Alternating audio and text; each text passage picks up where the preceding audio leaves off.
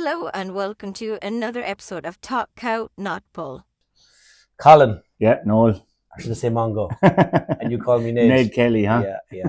I've always said that Colin does. I think you rang our house one night. Is Ned there? Before the goes, there's no Ned here.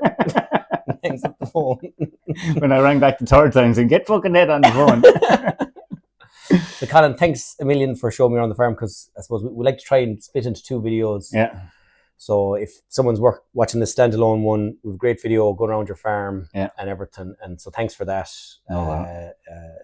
Always a pleasure. Always a pleasure to have you down again. Always. It's a nice spin now. It wasn't too bad. It's 2 hours 40 minutes. That's not bad from Galway, no. No. I think the time I came down with a bull to you, it took me 4 hours or 5 hours. 4 or 5 hours. But no, thanks very much. But look, I always say this little chat now is a two-way chat. So you ask me anything you want as well. But one question I always ask is your favorite tractor and your favorite cow. Can be a particular model of tractor or a breed of cow. But may I ask you that? I suppose, look, I'm a John Deere man, I suppose. I saw a lovely old Fint down there. We have a good few old Fints. I like them, yeah. If I had a chance, I'd buy an 818 Fint, pre-1991. The old Turbomatic ones. They just have a big block of an engine on them and lovely sound, but mainly John Deere now the last 25 years, I suppose, so I can't fault them.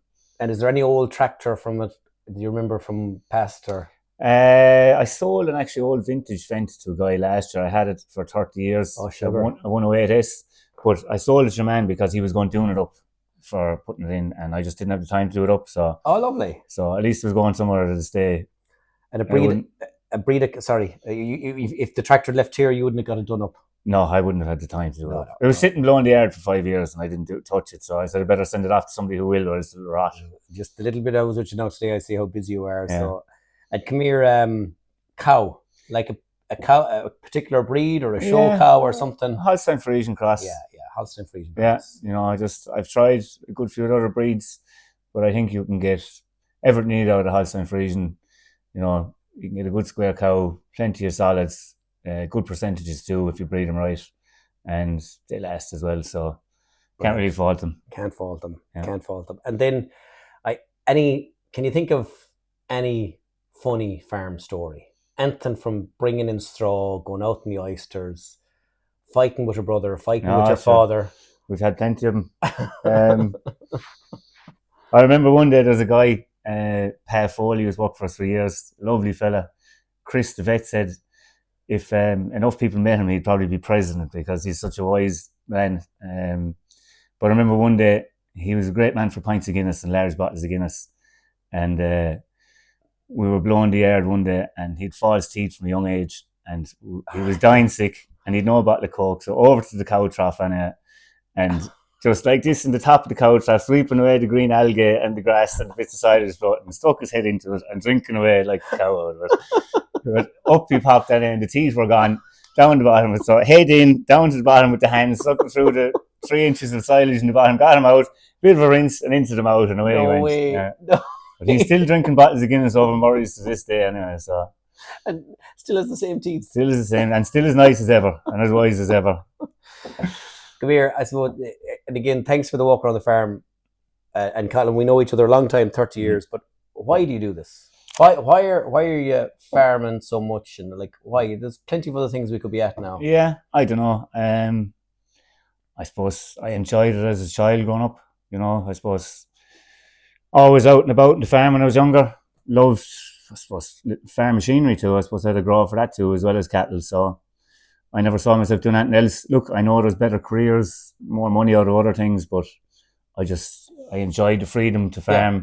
I suppose it's getting harder now. Like when I was young, you could do what you wanted on a farm. You didn't have to fill in forms. You didn't have to do Board B inspections. You weren't at fear of a department inspection. You weren't in fear of a stroke of a pen in Europe. The only thing you had to worry about every year was probably TB test.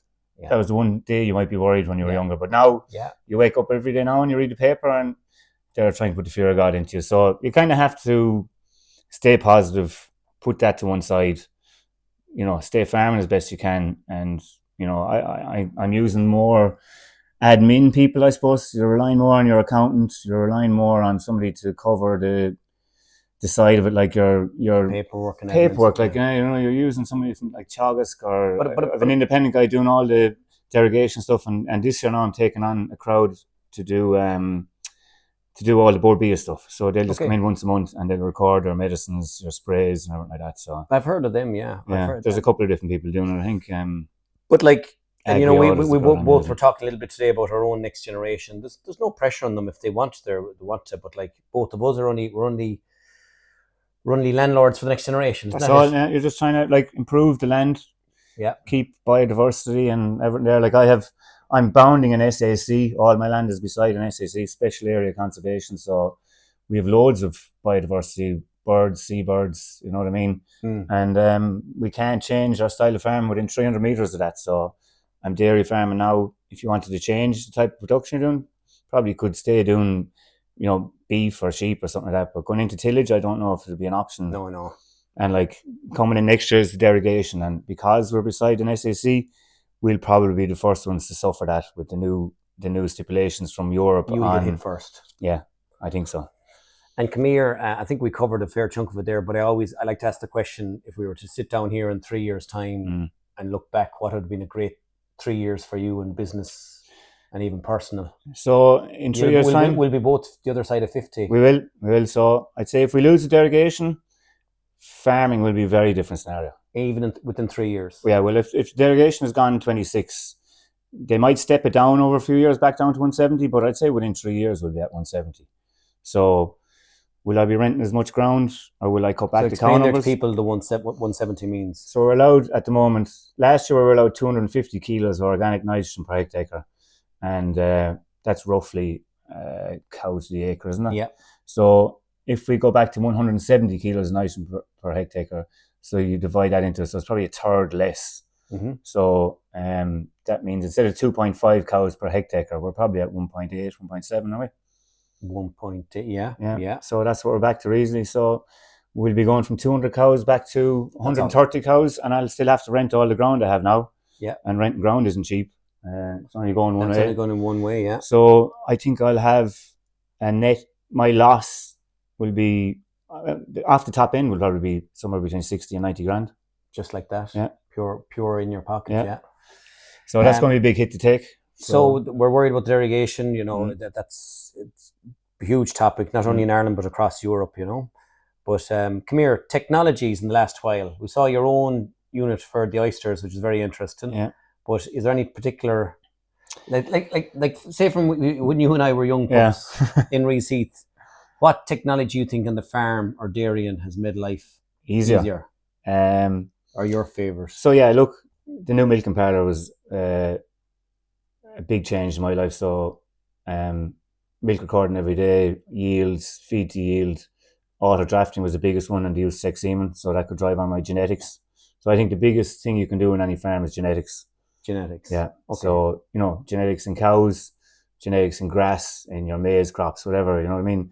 The last 3 years I only found out you can use a hybrid maize called Dent, and the starch is 100% available after ensiling, whereas the old normal non-hybrid, the starch is not degradable. It has to be ensiled for 3 months.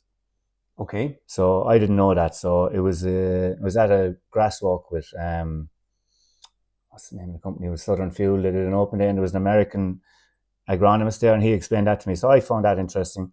So going forward, I think genetics are going to be a big one to watch going forward. So DNA testing all the cows, I have that done.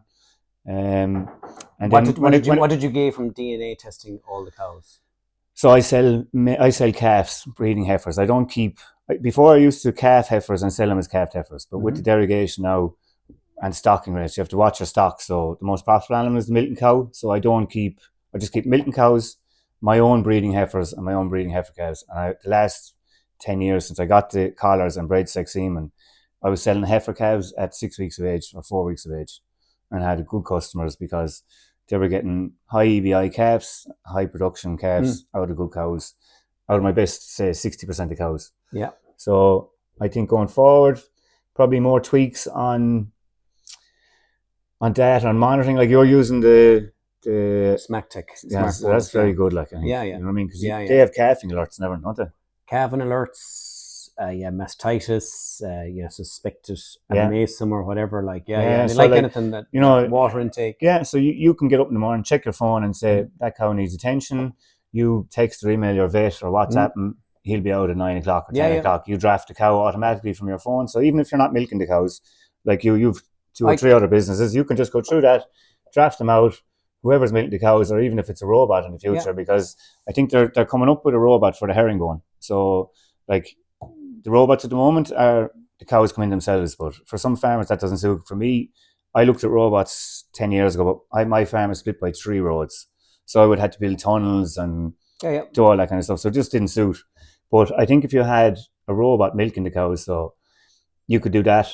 Bring in the cows. I think Affimilk have one out now that can retrofit to a herringbone. Yeah, so that's on a track and it goes up and down. Come here, the world of AI now, and Musk and his, what are they called? The Optimus. You could potentially have and they're milking. So you're on your phone, you're doing all the management sides of it.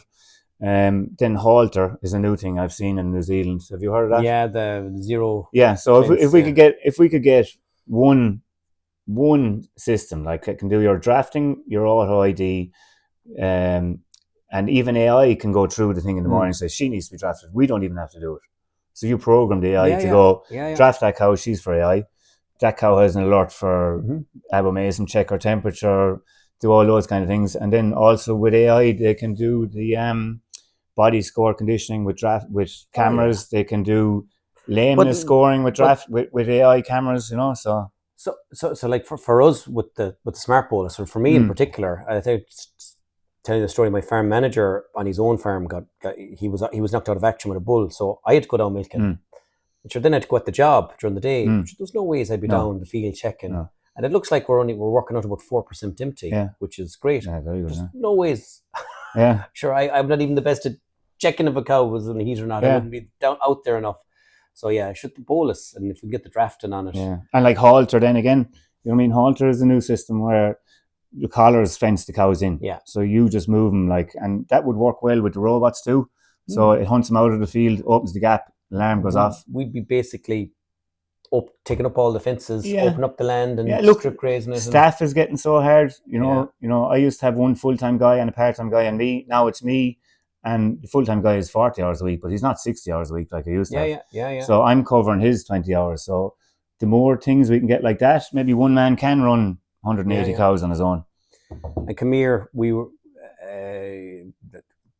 open up to any other questions, but then my fifth question I always kind of is, would you have any advice? Ask for any advice for anyone getting into oyster farming, and any advice for any young person getting into dairy farming. Dairy farming.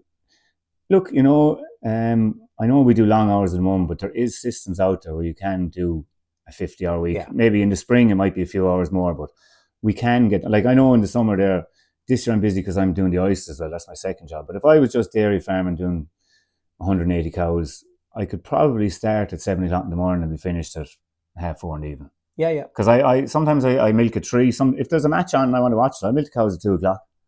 And then, like I said earlier on the other video, there's 13 times per week milking. There's 10 times per week milking. And if we think about our dad's generation, okay, you did a bit of liquid milk, I did a bit of, as in winter milking, right? But even my own dad comments now is most days we're finished at 4 o'clock. It's a way low pressure system. It's a good quality of life, if you can get set up and into it. Yeah, if you have a good contract and stuff like that, and you can rely on them. And oyster farming just don't do it. Yeah, it's very hard to get into now anyhow. It's hard to get into because of the licensing laws, and they don't give any new licenses really. So and they're historical license that you have. Oh really? There's no new licenses given out. Very hard in any base, And then you're also even there's, as I say, you've had 2 bad years and 7 now, and things seem to be just they're gone out of kilter a bit in the bay. Has climate change anything to do with it? Possibly growth in population in areas. Possibly the other thing is, I suppose, the governments are, they say they're putting in more treatment plants along rivers, but they haven't been built yet. And maybe with the derogation, they're trying to make the rivers look good. So are they moving more of that stuff down by tanks towards estuaries and just trying to treat it here to make the rivers look good? There's some of that going on too, because we do see a lot more tankers on the road that are ending up down here. So oyster farming, it's it's a nice occupation when you're out there. When you're out looking at. Yeah, even when you're out there on your own. You know what I mean? The solitude and the peace and quiet, and all you hear is the seabirds. Like it's a nice place to work if you like nature, you know. Yeah, yeah. So I like that part of it too. That's the only kind of draw on it for me. I like that kind of working at one with nature, and for young people entering farming, I think there's a good. I think if we keep going down the road we're going, there'll be less animals in the world. You know, there's more issues. We see it in humans too, like antibiotic resistance, wormer resistance. Things are going to go more organic, which means less animals, which means less food. And it's a very finely balanced world market for food. And if it goes 1% under supply, demand rises very rapidly and price goes up. And we've seen that with costs. And sadly, that 1%, it'll be the poorest part of the world that will go hunger, will suffer, you know. But I suppose waste then as well. There's so much waste in household waste. People not finishing their meat or whatever. But it drives me mad. Yeah. Well, come here, Colin. I was going to say, is there anything you want to put, if anybody's watching this, that you're looking for? But definitely, we need to find customers for you. What do you call your oyster turner? What's it called? Yeah, it's just OTM, oyster turning machine. Simple. OTM. You can look at it on Shannon Phobal Engineering. Yeah. And have you anything to ask me? We know each other a long time. Yeah. So, what you're thinking about retiring? What age roughly? I actually go to a business group there in London, Strategic Coach. It's like you should have a discussion group. It's a business discussion group, right?